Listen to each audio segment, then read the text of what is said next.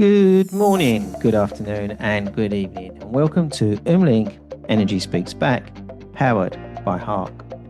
My name is Paul Webb. I'm the founder of B2B Energy, and I'm your host. And weekly, I present to you experts from around the world.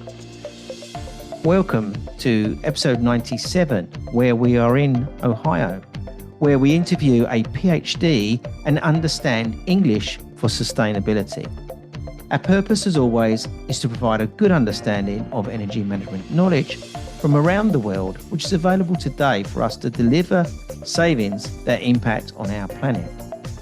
On our journey of knowledge sharing, we would like to thank our sponsors. They are Diadem for their green and blue roof systems, Umlink, who are taking the confusion out of energy management, Hark Systems, renowned for their energy software, Clean Energy Revolution for their knowledge and networking through LinkedIn, B2B Energy for the 11-week energy program and helping organizations manage their third largest expense, Alexis Energy for power management, led by Vision for their LED and controls, Watts for the electronics and EV transition, Carbon Black Global for their waste to energy initiatives, Cinefex for their insulation and coating, and SmartCall for their AC initiatives. And lastly, our certificate partners, Esther Energy. Today's special guest works within the student world and gives them the right start they need for their learning and their journey. So without any further ado, I give you Lara Wallace. Good morning, Lara. And how are you today? Good morning, Paul. I'm doing great. How are you? I'm very good. It's not quite morning, but it's going to be a late one, as always. When I'm in Thailand and I'm interviewing people from America, you guys like the early morning, and I end up doing the night shift. Yes.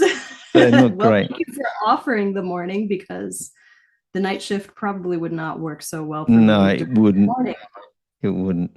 It looks like it's quite bright there today. What's the weather doing?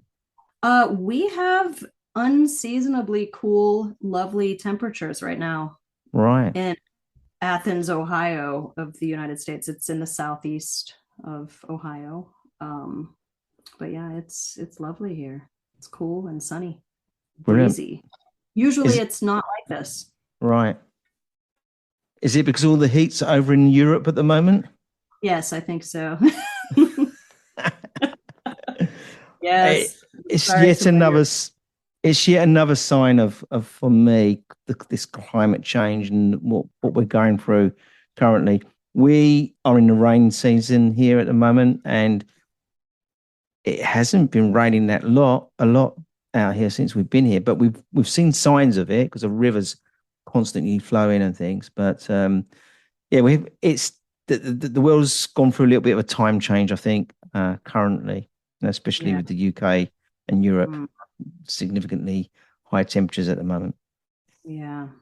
Anyway, I've met you through LinkedIn, and you're currently doing loads of work with us, with our students, with the Clean Energy Revolution, and you're also a big part of our Umlink team and your contribution there. So I've got a good understanding of your works and what you're doing. But for the benefit of our audience today, could you give us some sort of background to yourself and your origin story?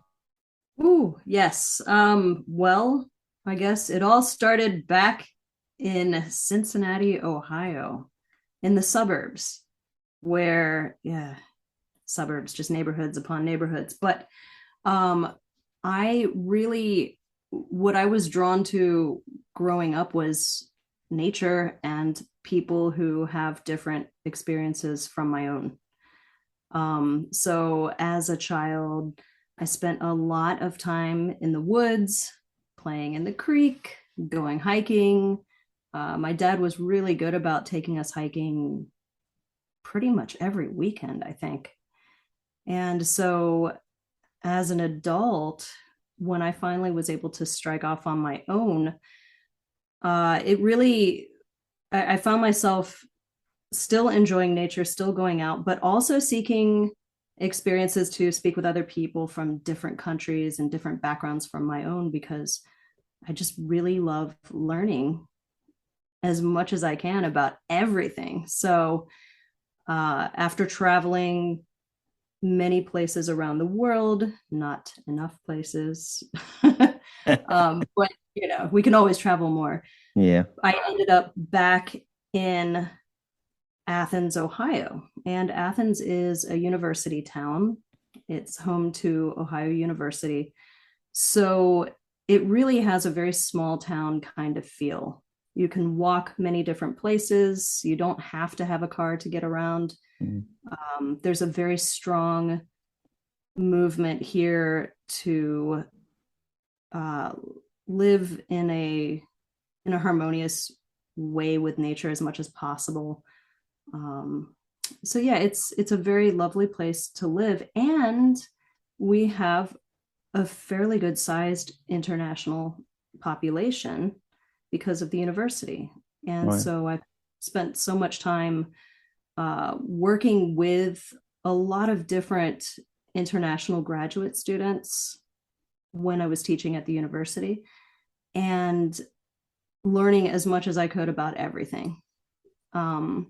But working for the university was not really, after you do this for so long, and I think at that point, let's see, I went back in 2004 and I started teaching graduate students in 2006.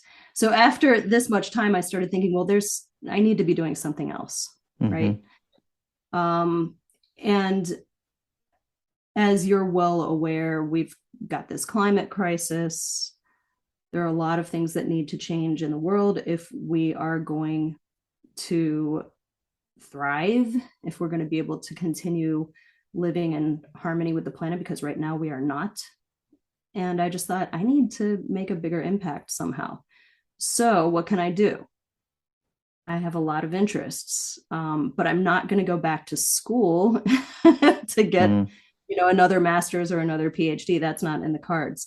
So I thought, well, let me take my expertise here and see if I can provide it more broadly to people who are working in sustainability related fields, such as energy, and help them to speak more effectively and more confidently. And for students, to help them write up their research more easily and in a more time effective manner. So that's a very brief version. And you mentioned about PhDs and things. Have you got your PhD? I do, yes. Right. It's very impressive. So should I be calling you Dr. Lara? You could just call me Lara. But yes, you could, if you really wanted to, you could, but Lara is fine. It's quite funny. I've been interviewing quite a few doctors lately, so it's becoming very common.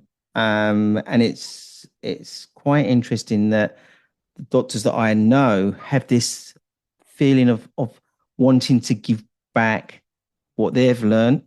Yes. And give that back, and especially giving it back to the students and the graduates are coming through. I'm finding that a lot lately. And it's quite rewarding, I'm sure, for yourself as well. Do you feel that, am I right in saying that reward is there? Oh, yes. Yeah, absolutely. It's, going and getting your PhD, it takes a lot of effort. Yeah.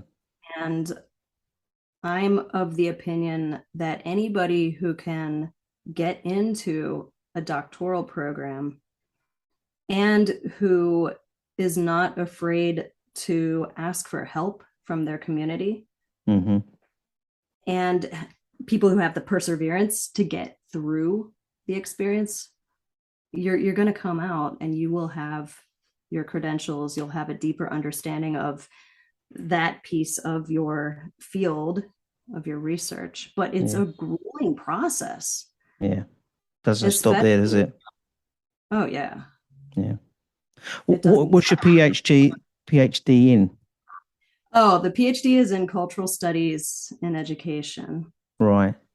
But practically speaking, I use my master's in linguistics more. Right.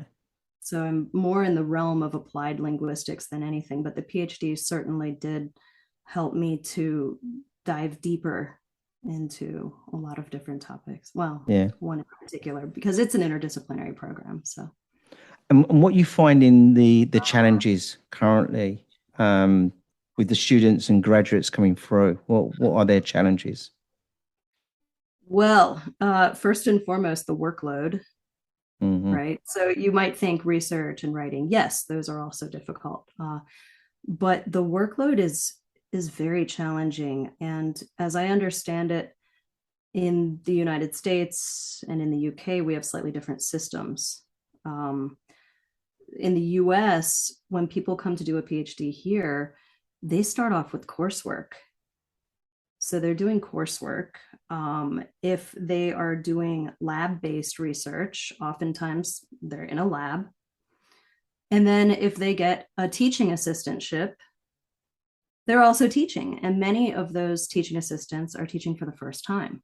Mm, So figuring out how to manage your workload, especially if you are a high achiever, which a lot of people, let's be honest, if you are going to go for your PhD and invest the time, the energy, the money, right? You're a high achiever. And so yeah. what they often find, and this was true for me as well, is you can't do everything as well as you'd like. And so what happens is people have this very strong idea of who they are, the quality of work they usually bring, and then they get into graduate school and they realize they cannot go 100% with each of their responsibilities. And Mm. that can be very difficult to come to terms with. What's the period of time they've got to do that for? Oh, it varies. Mm, A lot of people finish their coursework in 2 years, 3 years. It really depends on the program. yeah, yeah. It depends also on whether they are working or caregiving at the same time as they're taking their classes. Mm. So And there's a lot. the type of learning that you're being exposed to currently, is it in the renewable energy management, energy sector currently Um, now? yeah, so at this point, I'm getting ready to launch a research writing class that will help people to write their thesis or dissertation. So I hope that I can be of help to the people Right. who are in that sector, students who are studying, in engineering, in environmental studies, in all kinds of things. I hope that I can help them to more easily write their papers. Yeah. And obviously, we're talking sustainability as well, from that as a sector. Are we seeing, I asked this question of various different industries as such, recruitment, sales. Are we seeing people coming in to this sort of area of learning from the gas and oil sector and they're transitioning halfway through the course, or are we seeing that? Well, that is, I have seen that, but I'm not in that kind of a position where I would be able to observe Right. that sort of pattern of Yeah, people yeah, changing their directions. yeah, But what I have seen, especially through working with people who I meet through LinkedIn, is a lot of people are, they've gone as far as they can and they decide, okay, I think now is the time that I go off and I get my master's or my PhD. mm, And a lot of people are looking into studying abroad. And in this case, abroad, I would say would be the US, Canada, the yeah, UK. Um, so what I'm saying is professionals who are already in those industries going back. But again, yeah, I don't have insight into people switching from oil and gas, yeah. but I should hope so. I would imagine that's happening. And they're from various different countries. We've seen, I've got quite a few people I've been doing mentoring with that have come from India and they've gone into doing their masters now in Scotland, and they're looking to move to maybe Canada and places like that. As you've just said, there's overseas coming into these areas. Mm-hmm. And what? Tell me, what's the tips? What are you trying to? I didn't mean to say the word tips, but what is the guidance and what sort of journey do you take them on? So for the people writing up their research, Yeah. first, the first journey that I take them on is how to manage their time. Mm. Right? So how to focus on the topic, how to find your topic, right? And then focus on your topic and write for whatever mood you're in, because writing a thesis or a dissertation, oh my gosh, it takes months and years Yeah. for people to do this. This is not, a class paper that you can just knock out by pulling an all-nighter over the weekend, right? It's impossible to do that. You might Yeah. try, but I don't recommend it, right? Yeah.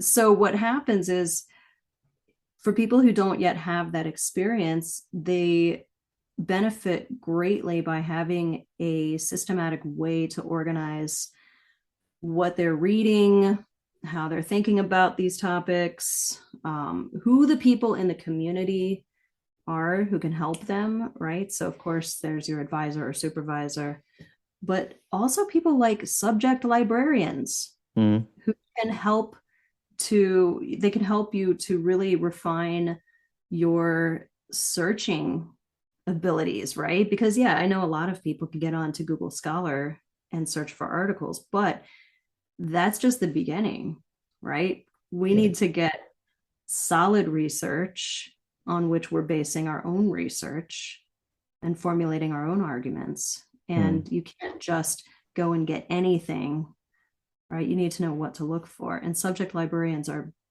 this is what they do. They know how to find the information that you need that will be the most suitable for what you need. So yeah, helping them with that.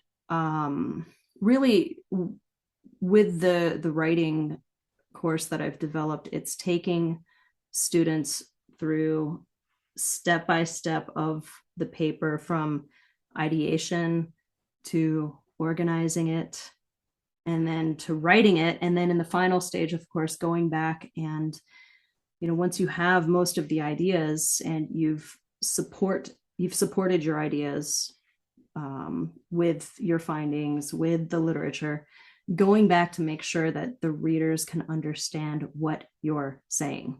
Right? That's the key. When we're writing, we need to be able to communicate effectively. So how do we do that? Again, this is a huge paper. It's not just a little journal article that is 22 pages that you can pretty much follow and sit down and read it all in one go, right? A thesis or a dissertation is different. As such, we need to write it in a way that readers can understand it no matter where they start reading it, because people don't read a dissertation from beginning to end, usually, right? Often they come to that dissertation to find something specific. That's what often happens. And then if they see something that they like, then they'll go back and read more of it. So there are different techniques that we can use to make our papers readable and easy to follow. And that's one of the things that I do you touch on things like mindset of what we're doing right? Absolutely. Yeah. Absolutely. Because so here's one of the things that I've come to notice over the years of working with graduate students, working with professionals. And most recently, I was able to work with a group of Fulbright scholars. So these are people who come to the US to do their graduate studies from many different parts of the world. And they, the whole mission is to bring people together so that we can get to know each other personally. And that is kind of one way of spreading peace around the world, right? So anyway, these Fulbright scholars, this is a highly competitive scholarship. So anybody who gets this, they come to the US and some, wow, like I'm always flabbergasted by, when you look at their qualifications on paper, when you speak with them, you're just blown away by the things that they've already done in their lives, by the vision they have of what they want to do. And yet a lot of them come in and they say, gosh, I don't know why I'm here. I only applied because my teacher told me to, because my mom told me to. I don't know why you guys are all brilliant. Why am I here?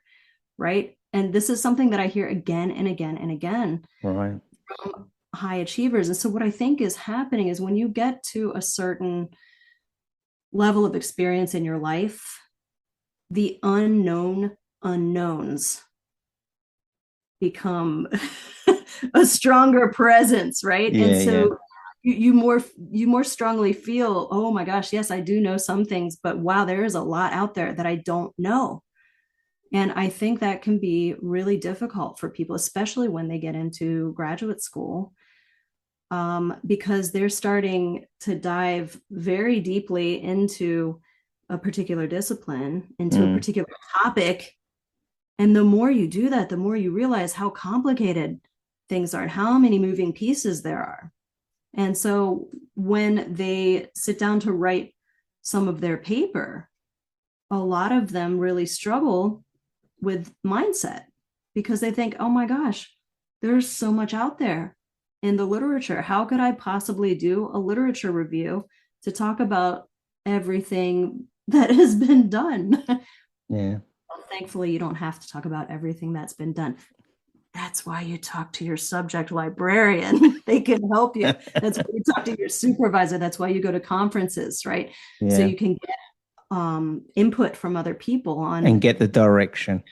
Yes. Yeah. So you can clearly define your scope of research because it's impossible to go through everything. So for me, what you're sort of explaining is they've come in, the whole forest has then been on show. They can't see the wood for the trees.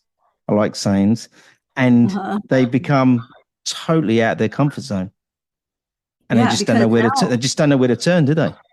Yeah, because they go into the forest, and they're so excited to see all of these different trees up close, and then they walk up to one tree, and they notice the bark is really interesting. And so they take a little piece of bark and they're looking at it. And then they look up to realize, oh my God, where am I? Yeah. Which tree? What am I supposed to be doing here? Yeah. How do I find my way back? Yes, exactly. And that's the thing is, so mindset in dealing with the enormity of the information, mindset in terms of how to cultivate a good relationship with your advisor or your supervisor, how to make sure that you are in communication with people from your field. Yes, you're a graduate student, but you have valid ideas, you have valid experiences, you have interesting ways of thinking about things, and people need to hear this, right? So like helping people to be able to also to own their voice, helping them also to be able to talk about their research in a way that makes sense and in a way that they can really show their confidence. Have you been in a position where you've physically led them through the forest so far and taken them out the other side? Have you gone from A to B already, or you're on this journey yourself? Well, so for years at the university, I taught a class. I've taught technical writing for engineers. I've taught research writing, academic writing, and I've helped students get from A to B, finish with their dissertations and their theses, their capstone projects. And it is really, really gratifying to have that experience where you meet somebody who has these ideas, they're not sure what exactly they're going to study.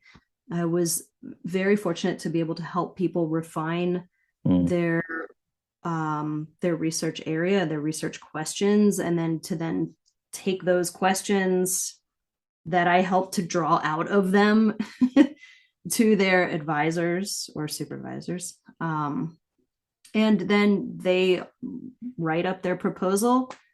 Their proposal passes.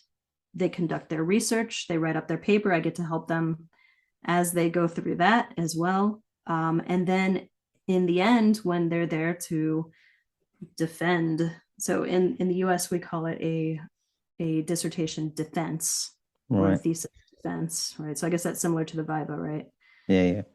Yeah. So, they have to share their research, what they did, and then there is this lengthy discussion with their committee about their research. And the committee is, they don't have to actually defend their studies, because ideally they have been in touch with their committee this whole time, and their committee is helping them. So, most often the case is that, yes, they do need to explain why they chose to analyze the data this way, how they got these findings, why they're bringing this discussion, how they're taking what they learned and sharing it more broadly with the field, right? Yes, they do talk about that. But yeah, to watch somebody go through that whole thing and come out the other side, it's great. In fact, there was one student that I remember in particular who he went on that journey. And we, as part of, which class was it? I taught a class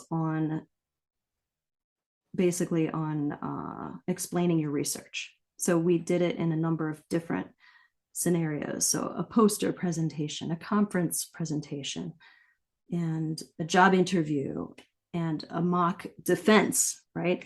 And so one of the things that we worked on in that class, and something that I work on with my coaching clients, is overcoming this fear of speaking in public, right? So you're up there on stage in front of everybody to tell them about your research, right? A lot of people get really freaked out by it. It doesn't matter, what language they're speaking in. Everybody typically, well, not everybody, but most people get super nervous. So I led them through this exercise where I asked them to write on an index card what they are afraid of. So I said, imagine you're going up to defend your proposal, or imagine you're going up to give this presentation at a conference. What are you afraid of? Write it down. Things that people wrote down, you can probably guess. Making a fool out of myself. Forgetting my words. Forgetting what to say. Forgetting what I'm talking about.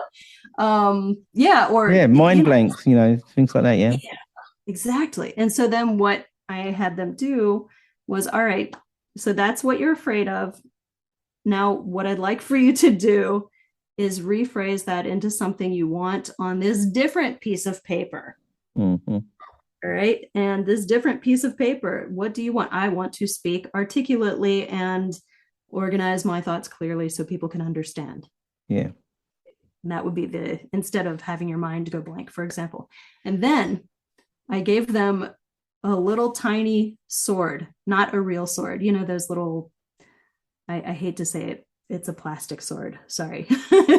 But those are free, they're easy to cocktail get. Stick as such. Yeah.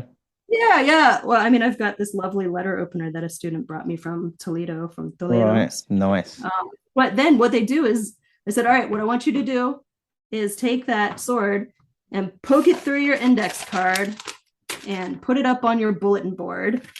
So, with what you want as the closest thing to you, so that you always see what you want and you remember that you are actively working to overcome your fears so that you can be strong. And so this student of mine, he invited me to his final defense. And I was the first person to get there after him. And so what does he do? He says, "Hello, Dr. Wallace. Nice to see you. Look what I brought with me." he pulls out the little sword Amazing. from that exercise. And oh my gosh, he did so well with Brilliant. that dance. Yeah, he sounded so good. He was easy to understand. He was engaging. Um, he sounded That must have confident. been, you must have felt great. Really Oh rewarding then, yeah, wasn't it? it was very rewarding. Yes. Yeah. Whenever I can help people to be able to speak freely and explain what they're doing in an effective way and where they feel confident, that's what I love. So it's kind of like linguistic healing. Do you know what's in the back of my mind now? Do you but go to their graduation? not often. Right. Yeah. I've No, just imagined you sitting there smiling in the audience regard, the proud mum as such as watching these.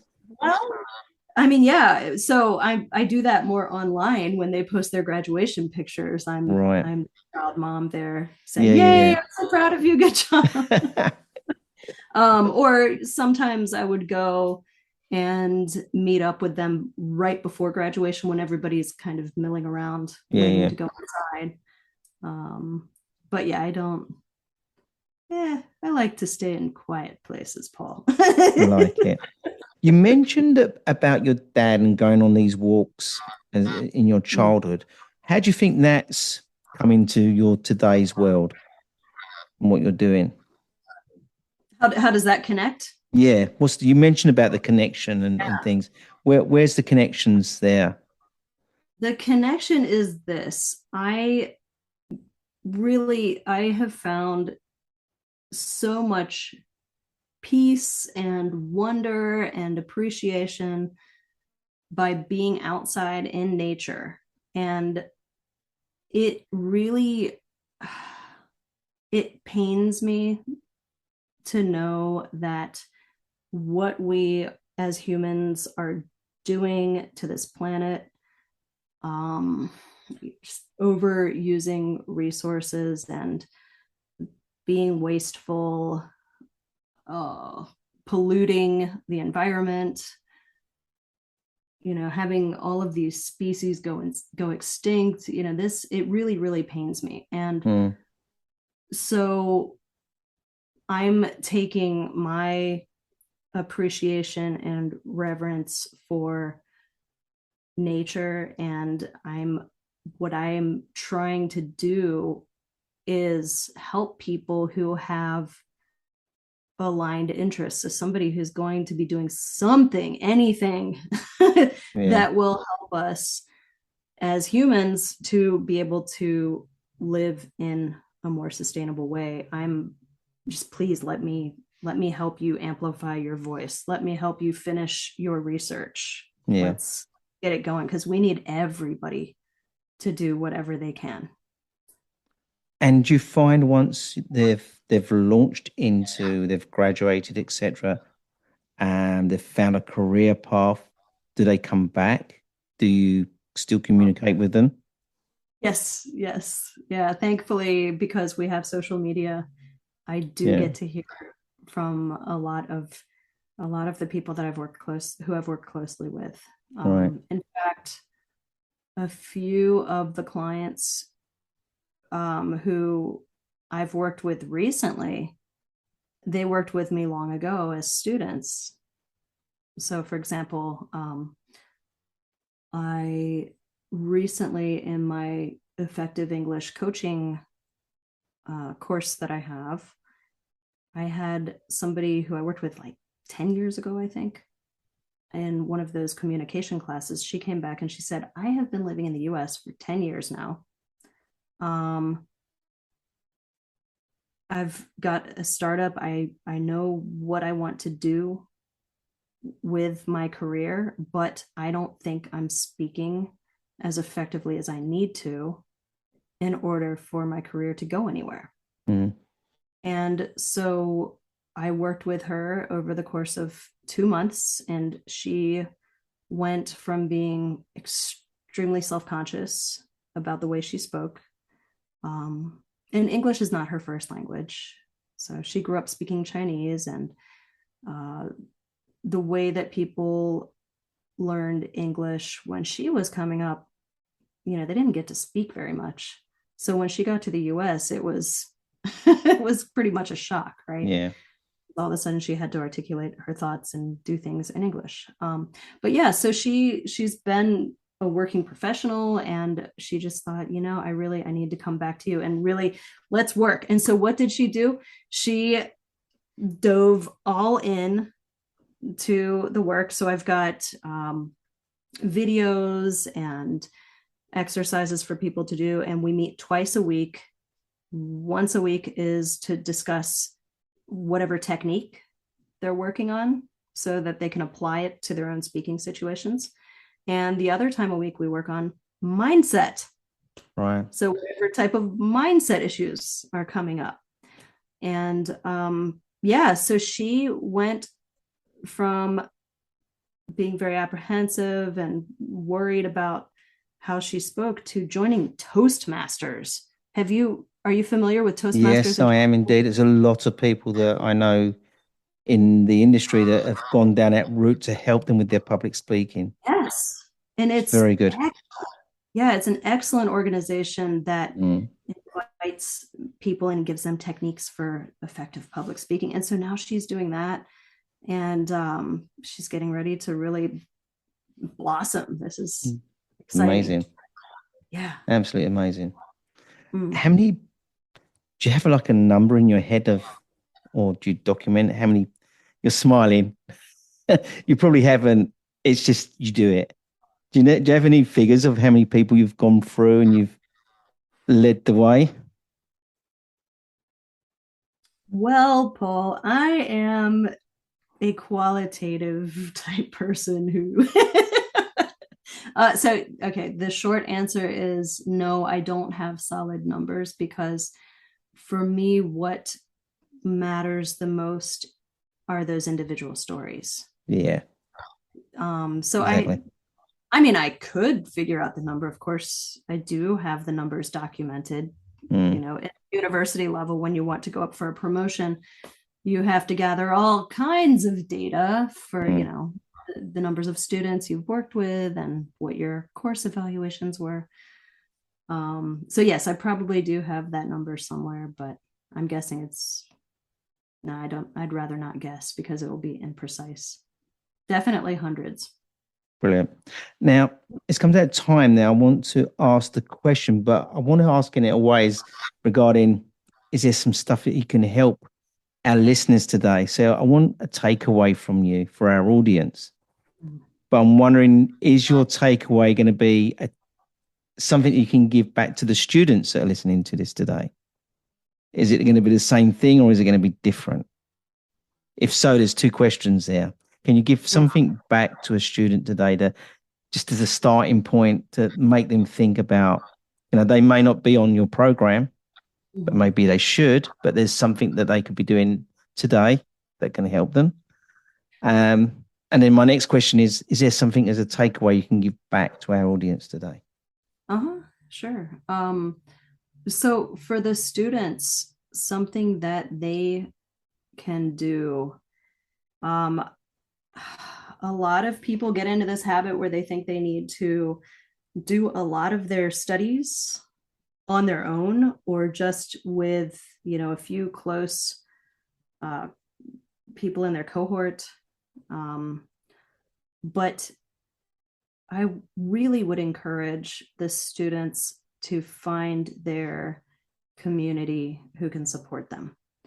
And I think maybe you have inspired me now. I think today, what I will be posting in OhmLink in the students discussion page, students and graduates discussion page, is a resource about community, finding your community, because they are there. Yeah. It doesn't matter how lonely and isolated you feel. It does matter, but what I'm saying is that you are not alone. Yeah. There's a community who can help. So I think that's the main thing. Find your community. So I'll post something that will be of use later today. And for your listeners, if there are any students, especially graduate students or researchers who are out there right now, please join the group discussion. I think, are we able to insert a Yes, we link? can. Yes, we can do that. Great. So I'll put that in there for people who Yeah. wondering who is my community. I don't know that. Well, here you So go. for the benefit of the audience, we have a section on the umlink.com website where we actually encourage students to come on to gain more information. Lara constantly posts on there, puts information. There's workshops that we do. We also have a WhatsApp group, which is active, and I think there's about 42 people that sit on there. They're obviously listeners that are gathering information, and we put regular information on there to help people create the community. And it's a big community, isn't it, that we've got there? Mm-hmm. It's a lovely community. Yeah. And I would say also, please feel free to, when you do see this, anything that I post, I invite people to go ahead and add their 2 cents, because I am one person who knows some things. There are many more people who know many more things. Yeah. So I invite people to continue the conversation even more. So what can you give back to our audience today generally? Have you got a thought on that? Yes. So I get to talk with a lot of different people who are in the fields of renewable energy.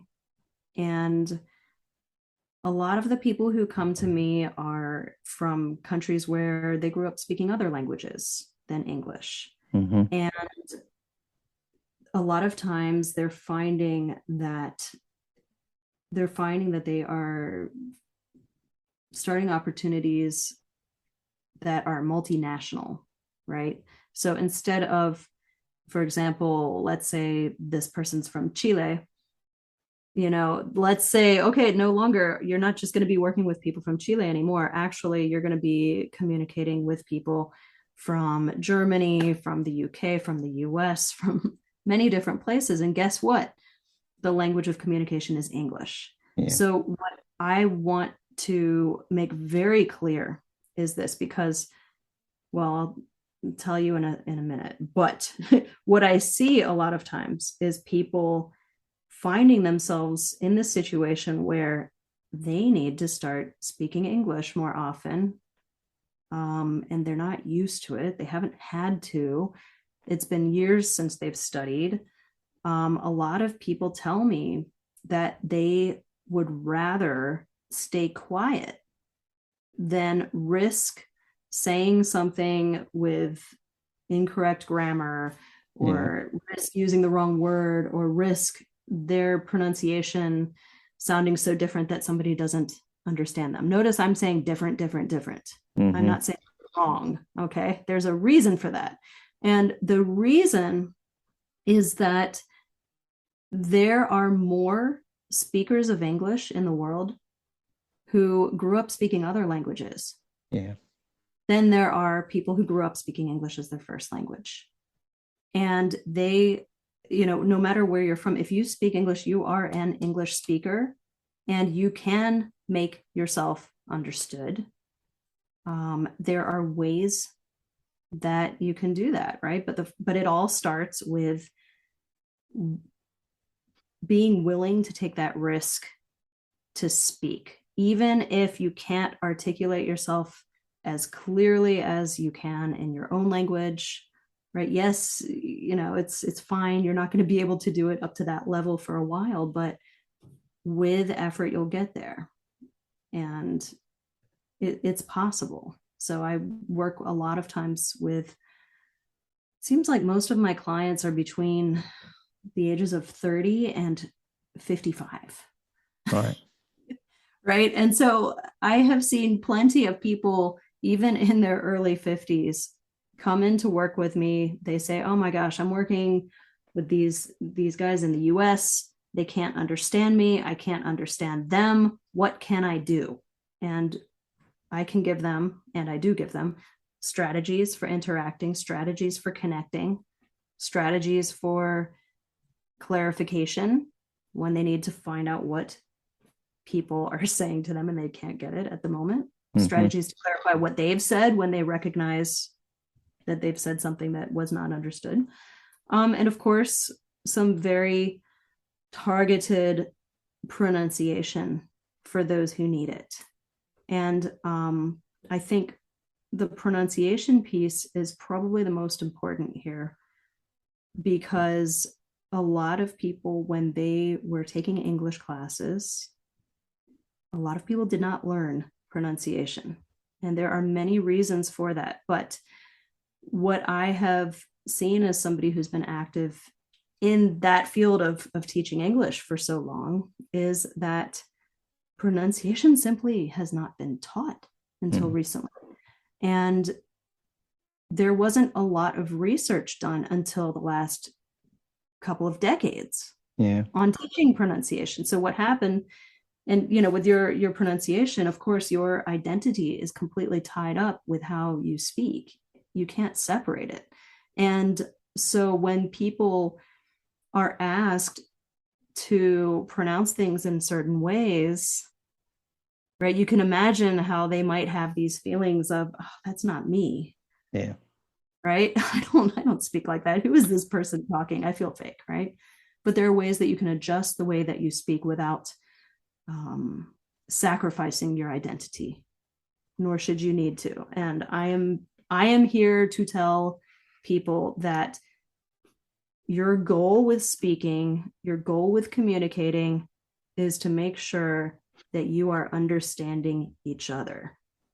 And this goal, if you're just going for intelligibility, being understood, is going to get you a lot farther than what people used to have as a goal, and still do to some extent in certain parts of the world, of I need to speak like a native speaker. Now I'm putting native speaker in quotation marks here, right? But I see people who have that mindset of I need to speak exactly like somebody from the US or like somebody from England. No, you don't. And you know what? You're past the age where it's going to be likely that you can even do that. Yes, you might be able to, but really that's not the goal. The goal is that you make yourself understood and you understand others. You don't need to speak exactly like somebody. So it is possible to learn all of these things and utilize them in your daily life in order to make strides in the energy industry and conservation and whatever area that you are helping out in. I think you're very right about the pronunciation. I'm in Thailand now. Their alphabet is different to an English alphabet. They don't have R. So what does that mean when they say rose, road, rat? They say lows, lat. They replace it with the L.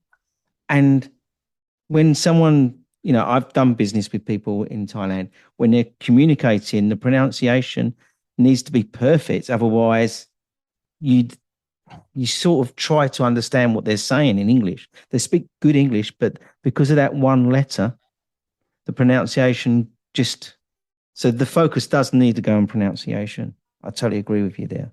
In some cases, yeah. If what's happening, and R and L, those are sounds where we have a lot of words that if you don't if you don't articulate that R in a clear way, you will be misunderstood because it might be a different word. Exactly. Yeah. Right? Yeah. So yeah, in those cases, it's really important. At the same time, I don't want that to stop anybody from speaking. No, because their confidence goes, doesn't it? Yes, yeah. So Yeah. So what I encourage people to do is to work on sounds that are getting in the way of them being Yeah. understood. Um, Really, what we spend a lot of time on usually, um, yes, consonants like that, R and L, but a lot of times we're focusing on things that are a little bit more difficult, like stress, intonation, rhythm. So, for Hmm. example, you take the word committee and you take the word comedy, right? We can hear that those are two different words, right? But what happens if you stress a different syllable, or instead of committee you say comedy? Uh-oh, wait a second, I just said comedy. Yeah.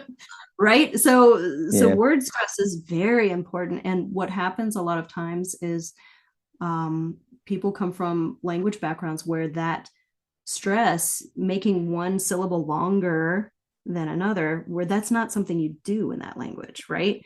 And so that it and then when people are speaking fluently, it ends up sounding like da da da da da da da da da, and we can't pick out the most important part of the Yeah. sentence, that, or we can't understand words because they're not stressing a certain syllable. So that's usually what we spend our time on, kind of like with Thai. Yeah. I'm With going to give you another Thai story on that uh same. So I like coffee, okay, and I like hot coffee.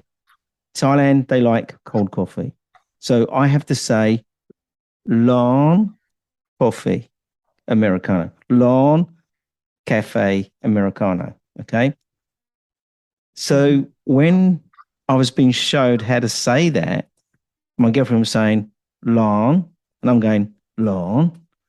She's saying, no, it's lawn. I'm going, no, it's, and I was saying, I thought I was saying exactly the same word, but because I wasn't emphasizing lawn, it's, or uh-huh. lawn,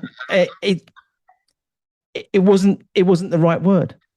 Right. So it's Yeah. exactly what you're saying. And so there I am in Starbucks trying it. They didn't know what I was saying. They didn't know what I was ordering. And I'm looking to her and she's telling me what to say. And I'm saying, I felt I was saying the right word, but they didn't know. Yeah. Well, and there we go back to the unknown unknowns, Exactly. right? So when you go there first, you've got, I don't know about you, but a lot of people will get, well, I guess now people get apps on their phone. Yeah, yeah. Right. But back in the day when I was traveling, we had these little tiny phrase books. Yes, I remember them Yeah, days. and so yeah, you flip to the page and you read what it says, but you have no idea that, guess what? This is a tonal language, and you have just used a very inappropriate word because of your Exactly. tone. You have no idea. Exactly. True story. It's like um, in Thailand, they don't like the exclamation mark. If I put uh, that in a text or something, ooh, it's a no-no. But yeah, again, it's understanding the culture and the differences. You know, it's true. It's true, and that's luckily, as an I English person, I can get by, as you said yeah. before. Mm. But even I'm 58. I struggle with the differences of it. Mm. Even myself writing, I do a lot of writing on LinkedIn. I get a lot of my stuff checked because I want it to be right. Um, Mhm. so a lot of my stuff does go through my team to check it. So I'm a little bit um, dyslexic as such when from an earlier age of learning. But so I struggle with words. Mhm. But it as a 58-year-old, that earlier on in my career, I struggled and I become the silent person Mhm. because I didn't want to write because I didn't want to get it wrong Right. or different, as you said. Mm. Mhm. Mhm. So and Yeah. and I'm going to give you some facts here as well. Sure. I'm going to give you a fact. There's 800, I think it's 850 million people on LinkedIn. The percentage of people that are actually out there promoting and talking is 2%. Mhm. Yeah. We need to do some work. There's a lot of people there for you to talk to regarding helping them, because that's all it is people having the confidence to do that. Yeah. Yeah. Because if you're worried about some troll who's going to start picking apart what Yes. you're saying and making fun of your spelling or, correcting your word use, then it's Your going to grammar, stop. etc. Yeah. I It'll get stop it. you. I have some people correcting my grammar. Mm-hmm. Hey Hey, ho. there's no shame in that. In fact, one thing that I encourage people to do is to make use of different resources. Like, in your case, you're lucky you have a team. Um, but Grammarly Yeah. is pretty amazing, even at the free level, for catching little mistakes because, yeah, okay, so I teach academic writing. That doesn't mean I don't make mistakes when I write. Yeah. So, being able to use your resources, it just helps you to write more effectively and But clearly. there's the other resource of the troll telling you you've done it wrong. Thank you very much for correcting my English.